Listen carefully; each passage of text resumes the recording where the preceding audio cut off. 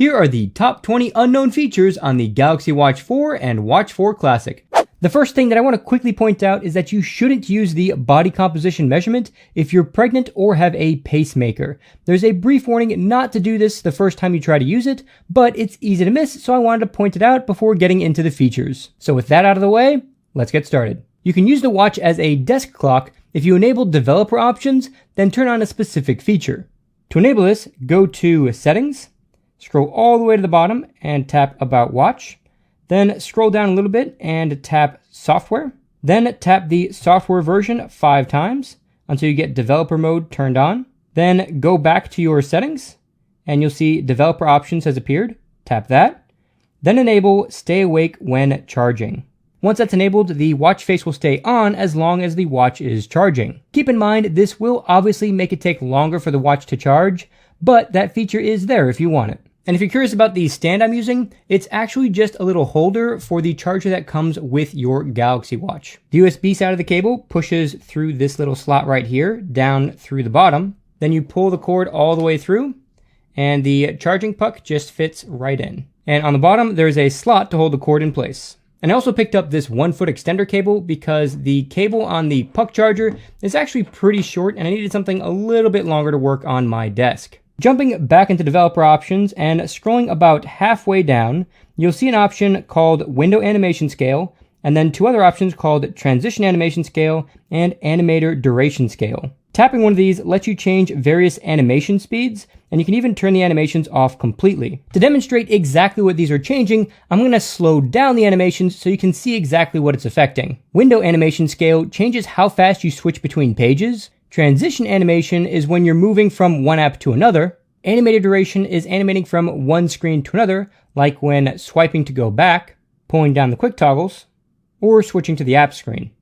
So obviously you wouldn't want to slow those animations down, but you can either make them twice as fast or completely turn them off if you want everything to feel even faster on the watch. The Galaxy Watch 4 supports gestures for either answering calls or dismissing alerts. To enable these, go back to your settings, scroll down and tap Advanced Features, then scroll down a bit further until you see the Gestures section, and go ahead and tap the Answers Call option and turn that on. And this lets you answer calls by shaking your wrist up and down, just like it's shown in this image here. And if you tap Tutorial, it'll let you give it a try. So if I lift my arm and shake it in this motion, it'll tell me that I did it right. If you back out of here, you can then tap the Dismiss Alerts and Calls option. And if I turn this on, I can then dismiss calls and alerts by just rotating my wrist back and forth a couple times. If you're running an app in the background, at the bottom of your watch face, you'll get a little icon that's related to that application. So right now it's showing a stopwatch going around. If I tap that, it'll take me to my stopwatch application because it's currently running. And if I stop the stopwatch and turn it off, then go back, you'll see that icon disappears. And this works for pretty much any application that can run in the background on your watch. So right now I have a circuit training workout going, and it's actually showing the specific workout that it's running. And if I tap this, it'll take me right to the workout screen. And for one last quick example, here's a music icon for the music application that's currently running. If you open up the compass application, then swipe up again, you get the option to turn on location tracking as well as to calibrate it. And if you turn on location tracking, you'll be able to see both your altitude and the barometric pressure. And if you scroll down further, you'll now see your latitude and longitude. The default typing options with the Galaxy Watch 4 and 4 Classic are pretty terrible. You get speech to text, but that's not great if you're in a crowded area and you want to have a private conversation. You can send a voice recording, but that doesn't work for the same reason as the first option. You can simply send an emoji. You can draw the individual letters, but that's going to take quite a while. And you also get a T9 text option, which is also a really slow way to type. Fortunately, there is a much faster option if you download an app from the Play Store. So let's go ahead and jump into the Google Play Store, tap the search icon, tap the keyboard, and search for Gboard. Once you've got it typed in, tap search, then tap the result. It's going to say Gboard, the Google keyboard, then tap install. Once it's installed, you need to enable it in your settings. So we're going to go ahead and jump into settings, scroll down to general, tap that, then tap input, then tap keyboard list and default, then tap default keyboard, and then switch that to Gboard. Now, if you tap the keyboard option again and go ahead and tap in the message, you're going to get a full QWERTY style keyboard, and this supports swipe, which is way faster than any of the other typing methods, and this actually makes it possible to send meaningful messages right from your watch. You probably already knew that the Galaxy Watch 4 supports both Samsung Pay and Google Pay, and if you didn't know Google Pay was available, all you have to do is go to the Play Store and download it. Unfortunately, for those of you that want to use Google Pay, if you hold the back button, it's only going to open up Samsung Pay, and there's currently no way to change that. However, you can create a double-click shortcut with the home button to open up Google Pay instead. And if for some reason you use both Samsung Pay and Google Pay, that gives you 2 quick shortcuts to open up whichever one you prefer to use. To enable this feature, go to Settings, scroll down to Advanced Features, then scroll down to Customize Keys, then tap Double Press. The default option is to go to your most recent application, but if you've installed Google Pay, you can scroll down a little bit and use Google Pay for the shortcut. While we're looking at the Customize Keys options, if you scroll down a bit, you can also change the press and hold option for the home button. By default, that's going to wake up Bixby, but you can change that to enable the power off menu instead. However, I highly recommend that you don't do this and that you do keep Bixby enabled, and I'll explain why in a little bit. Scrolling further down in the Customize Keys section, you also get the option to customize a short press on the back key. Now, by default, this is just going to take you back 1 page, but you can also go back a page by swiping from left to right, so it's kind of redundant to have both a swipe and a key do the same thing. So if I tap this, you can see that I also get the option to show recent applications, and this is much more useful. So now if I press the back key, I can see all of my recent applications. And if I want to dismiss an application, I just have to swipe up, or if I tap the Close All button all the way to the left, I can close all the applications in one shot. If I go ahead and start playing music on my phone, I'll immediately get a music icon that tells me that the music's playing. And if I tap that icon, it'll take me into the media controls where I can see more information about the music that's playing.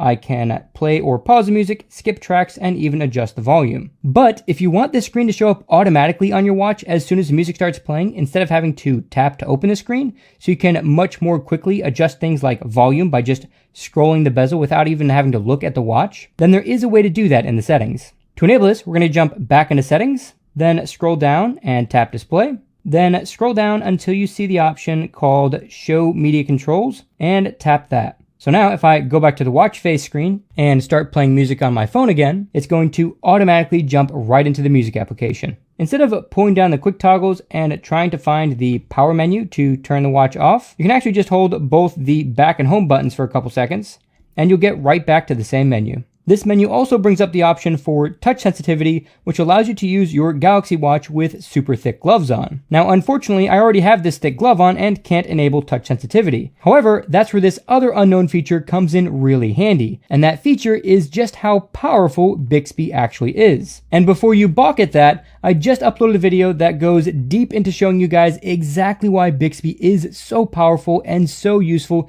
especially on the Galaxy Watch 4. And I highly recommend you check that video out to learn about all of Bixby's powerful features. For now, I'm just going to use it to turn on touch sensitivity. Turn on touch sensitivity. Sure, I've turned on touch sensitivity. And just like that, I can now interact with my watch with thick gloves on. Jumping back into the quick toggles, I want to give you guys a quick bonus unknown feature. If you long press any one of these quick toggles, it's going to bring up this little customization menu. Then you can long press them and drag them around to any other screen and drop them wherever you'd like them. This is a great way to make your favorite quick toggles even easier to access. And if you scroll all the way to the end, you get the option to add more quick toggles. And if you delete any from these pages, you can add them back in with the plus icon. And while we're here, I do want to quickly run through what these toggles even do, because some of them aren't quite obvious just by looking at the icon. The first one's pretty obvious. It's a flashlight, turns your watch into a flashlight, and this is actually really bright in a dark room. And if you tap the screen, you can change the brightness of the flashlight and even make it flash. And this isn't an SOS type message, it's literally just flashing on and off. And if you tap it again, it just goes back to its max brightness. These two raindrops turn on waterlock mode, which prevents any interaction with your screen at all. So this is great to use if you're swimming or maybe even washing dishes, but the way that I personally use this is when I'm changing one of my kids' diapers. And that's because if you've ever tried to change a baby's diaper with anything on your wrist, they're always trying to grab at it, and I've had messages sent, I've had emails deleted, I've had them start making phone calls, and that's why I started using this feature anytime I change one of their diapers to stop that from happening. And when you want to turn waterlock mode off, just hold the home button for 2 seconds. This search icon is actually a phone finder. So right now it's going to make my phone start ringing. I can stop it here. This option here is called bedtime mode, and this dims your screen way down, and it also turns off all of the wake up gestures. So if my screen is off and I rotate my wrist, it's not going to turn the screen on. The bezel's not even going to turn the screen on. Tapping the screen doesn't do anything either. The only way to turn the screen on when I have bedtime mode enabled is to press one of these two buttons. And from here, I can go ahead and turn off bedtime mode. So this mode is extremely useful if you're going to be using sleep tracking with this watch. And by the way, here's another bonus tip that you guys just saw. If you want to quickly just turn the screen off on your watch, all you have to do is cover it with your palm, and the screen will go to either ambient mode or turn completely off if you don't have ambient mode enabled. Speaking of ambient mode, that's what this next toggle is. So if you tap that, ambient mode turns off. And if I put my palm on the screen, you can see that the screen turns completely off. The next one's pretty obvious. It's just the screen brightness adjustment. This toggle lets you quickly put your watch on vibrate only mode, completely silent, or have the sound turned on. This center icon is to enable do not disturb mode, and if you're paired to a Samsung phone, this will sync do not disturb mode with your Samsung phone. If you're paired to a non-Samsung Android phone, it only sets do not disturb mode on the watch. This is obviously your settings toggle to quickly jump into your settings. Here's the power menu that I showed you guys earlier. This is a shortcut for individual volume parameters, so you can set it independently for your ringtone, your media, notifications, system sounds, and Bixby. This toggle turns on power saving mode. This cinema looking icon is called theater mode, and if you scroll all the way down, you'll see that this turns off your always on display, turns off the raise to wake feature, turns off all system sounds, turns off your alarm sounds, and even turns off timer sounds. And it only does this for a set period of time.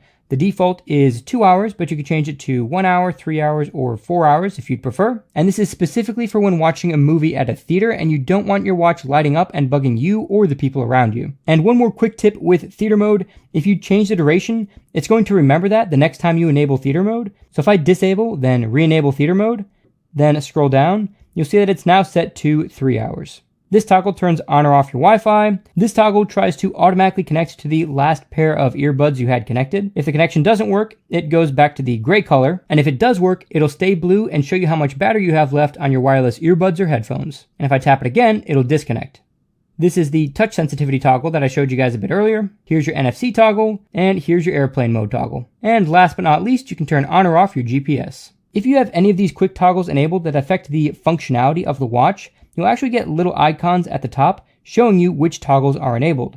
So right now I can see that I have do not disturb mode, theater mode, and power saving modes turned on. And this is really useful if you accidentally turn a toggle on and you're wondering why your watch isn't performing quite the way you want it to. You can just look at the top of your watch face and see if you have anything turned on by accident. To enable this next unknown feature, you have to use your phone and open up the Galaxy wearable application that was installed when you set up your Galaxy Watch in the first place. Once you open the application, go to Watch Settings, then Advanced Features, scroll all the way to the bottom until you see Remote Connection, then tap to the left side of the toggle, and here you can enable remote connection and also enable this calling mode as well. And what this does is it allows you to send and receive calls and texts from your Galaxy Watch 4 even when you're not connected to your phone via Bluetooth. And this also works for the non-LTE version of the watch, so you don't need a mobile plan to do this. The only connection you need for this to work is that the Galaxy Watch 4 or 4 Classic needs to be connected to a Wi-Fi network. And fortunately, when you set your Galaxy Watch 4 up in the first place,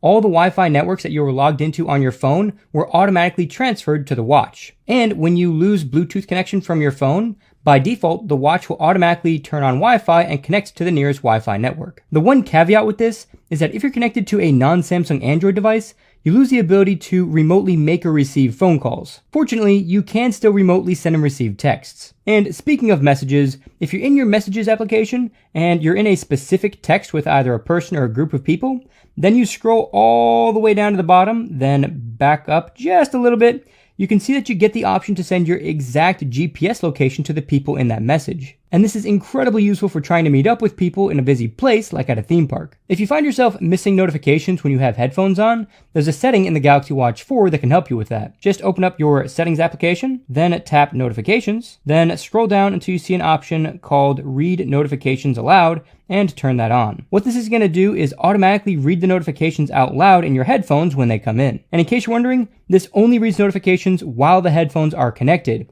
As soon as the headphones are disconnected, it's no longer going to read the notifications out loud. By default, Touch to Wake Up is turned off on the Galaxy Watch 4 and 4 Classic, so no matter how much I touch the screen, it's not going to wake it up. If you do want it to wake up by touching the screen instead of just with your wrist turning or with the bezel or one of the buttons, then you can do that by going to Settings, scroll down to Display, then scroll down until you see Touch Screen to Wake. Once this is enabled, if I turn the screen off, then tap the screen, it'll wake back up. One important thing to know about this though, is that it keeps the touch sensitivity on the screen active all the time, so it will slightly reduce your battery life. For this next feature, we have to jump back into the Galaxy Wearable application on the phone, then go to Watch Settings, Advanced Features, then tap SOS. This is an incredible safety feature that has two parts to it. The first part is activated when you triple press the home key. This is going to send a message to any of your emergency contacts that tells them that you need emergency help. It's also going to share your GPS location, and it's going to be your active GPS location, which means they're going to be able to follow you around, which is especially useful in an extreme scenario where you maybe get abducted. The other thing it's going to do is make an SOS call to any emergency contact you choose, and this call is going to be made at the lowest audible volume to help keep you safe. If you tap the text, you get another option as well. So if I enable this and agree to the conditions, I also get the option to have a countdown timer show up before sending those messages. So if I go to my watch and I triple press the home button, it's going to give me a few seconds to cancel that. And this is a great feature to turn on if you don't want to accidentally be making emergency calls. And in case you're wondering, 911 can be one of your emergency contacts. The second part to this SOS safety feature is hard fall detection. And what this does is use the accelerometers in your watch to determine if you've had a hard fall. This could be something like falling off a mountain bike on a trail, or even getting in a car accident. And if the hard fall is detected, you're going to get a notification on your watch, and if you don't dismiss that notification within 60 seconds, then it's going to send the SOS message to your emergency contacts, as well as make the emergency call. And this is also incredibly useful for someone who may be elderly and prone to falling. This could literally save their life if they have this feature turned on. By default, sleep tracking gives you a decent amount of information about how well you slept, but if you want an even more in-depth analysis, there's a couple extra features you can turn on. To do this, you'll have to open up the Samsung Health application on your phone, then scroll down to Sleep, tap that, and while you're on this page, tap the three dots in the upper right corner.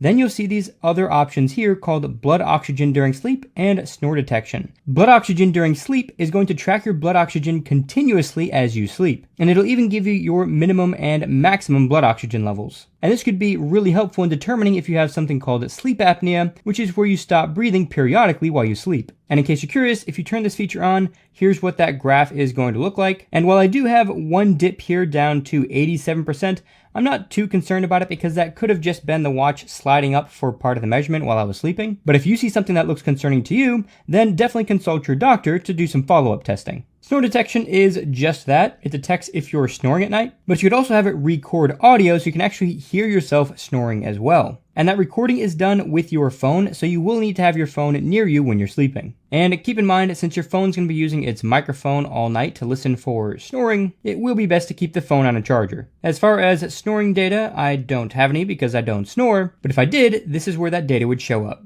By default, when tracking an exercise, if you swipe over and just finish that exercise, it's going to save it as a single exercise session. But that's not very useful for people who do a bunch of different workouts in a single session. Like let's say you go to the gym and you start on the treadmill, but then you do some bicep curls and then maybe some leg presses and a bunch of other things in that single workout session. You'll probably want to combine all of those workouts into one session. And fortunately, there is a way to do that. So I've started a new exercise. I'm going to go ahead and swipe over, and instead of finishing this exercise and starting the next one, I'm going to pause this exercise, then I'm going to tap New up here in the top left corner. Now I'm going to choose a different exercise. This time we'll go with weight machine. And let's say I use the weight machine for a bit, finish that exercise. I'm going to pause it again and tap New. And we're going to choose a third workout. Let's go with a treadmill, and we'll finish with that workout.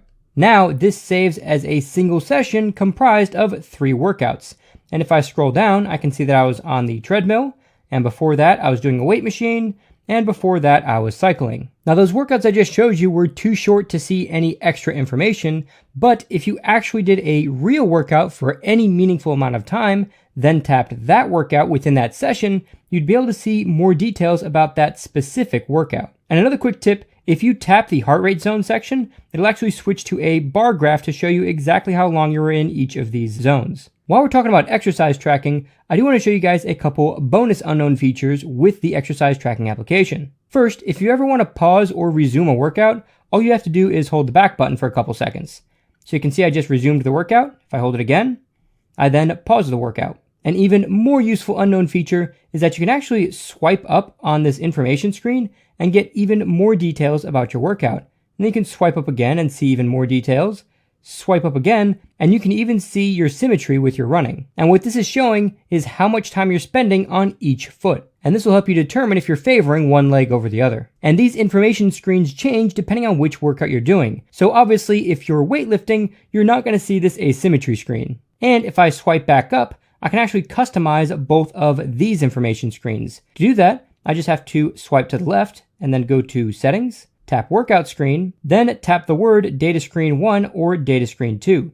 Now Data Screen 1 is the screen that was on top, and Data Screen 2 is the screen that showed up when I swiped up once. So if I tap one of these, I can choose the data screen layout. So if I choose this one, that's going to give me a ton of information. And if I tap one of the cells, I can choose something different to show. And as you can see, there are a bunch of different options. And if I go to Data Screen 2, you'll see that I get all of the same options. And these settings are specific to each workout. So since this is the running workout, I also get the asymmetry option. I can turn that screen off if I'd like. But if I switch to a different workout, I can have a completely different set of information that's shown on these two screens. So this really lets you fully customize how you want to track each and every workout. If you find that you're not noticing the vibrations when notifications come in on your watch, then you can actually make some adjustments in settings to make that easier to notice. So let's go ahead and jump into settings, then scroll down to sounds and vibrations, then scroll down until you see vibration and tap that, and switch it from a short vibration to a long vibration. And this is going to make the vibration much more noticeable. Alternatively, you can scroll down a bit further, and if it's set to a light vibration, you can actually switch that to a strong vibration, and that'll make it even more noticeable. And you can play around with these two settings as well. So perhaps a strong but short vibration is good enough for you. If you've browsed through the watch faces that come on your Galaxy Watch 4, you've probably noticed this little avatar watch face. And if you customized it, you could see that you either get this option of a girl or this option of a guy. And if you selected one of them, you probably noticed that they do different animations if you tap the screen. And you've probably even noticed that there's new animations when you have an unread notification. But you may not have known that these avatars are completely customizable if you have a Samsung device. To do this, we have to go back to the Galaxy Wearable application on the phone. So here we are back in the Galaxy Wearable application. We're gonna go ahead and tap Watch Faces, tap Customize on the AR emoji watch face, and down here you see you get the option to add a new AR emoji. And by default, you get some starter emojis that you could pick from, or you can create a new one that looks like you by using the camera, or use an existing image to create one of someone else. If you decide to create a new AR emoji, you get a ton of different options for customizability. You can select from a ton of different hairstyles. You can select from a bunch of different hair colors, and you can even do the same for facial hair. You can change the face structure from a bunch of presets, or you can tap these little settings here and make micro adjustments to the face as well, which is really incredible. You can then add makeup, make adjustments to the eyebrows, adjustments to the eyes, add eye makeup, make adjustments to the nose, the lips, even put lipstick on, change the ears, and even add prosthetics. And once you've chosen what your AR emoji looks like, you can then tap this Style tab on the bottom and select from a bunch of different outfits. And while many of the outfits and accessories are free, you can buy some more if you want to. And if you want to get really crazy with the clothes, you can actually design your own. Once you've created a new AR emoji, it appears down below, and you just have to tap it to have it transferred to the watch. And just like that, I have a new AR emoji. And now time for some rapid fire bonus features. If you press both the back and home buttons at the same time quickly, then you'll actually take a screenshot, and that screenshot will get sent right to your phone. If you want to customize your tiles, all you have to do is long press one of them until it vibrates, then long press again and drag it wherever you'd like it. Some of the tiles can also be modified. If I tap this edit button here, then I get the option to delete an exercise, then I can add a different exercise in if I'd prefer, and I can also long press and reorient them however I'd like. When I'm done modifying the tile, I just swipe back to go back, This takes me back to the main editing page, and then I can swipe back again, and that takes me out of the editing mode. If you don't like the order of your applications, you can rearrange them however you'd like. Just long press an application, and when it vibrates, move it to wherever you'd like it to be. And modifying those app orientations are easier in the Galaxy wearable application. If you tap Apps, then tap Reorder Apps, it's a lot faster to just long press and drag these ones wherever you'd like. That's it for this tech episode. God bless, guys, and I'll catch you in the next one.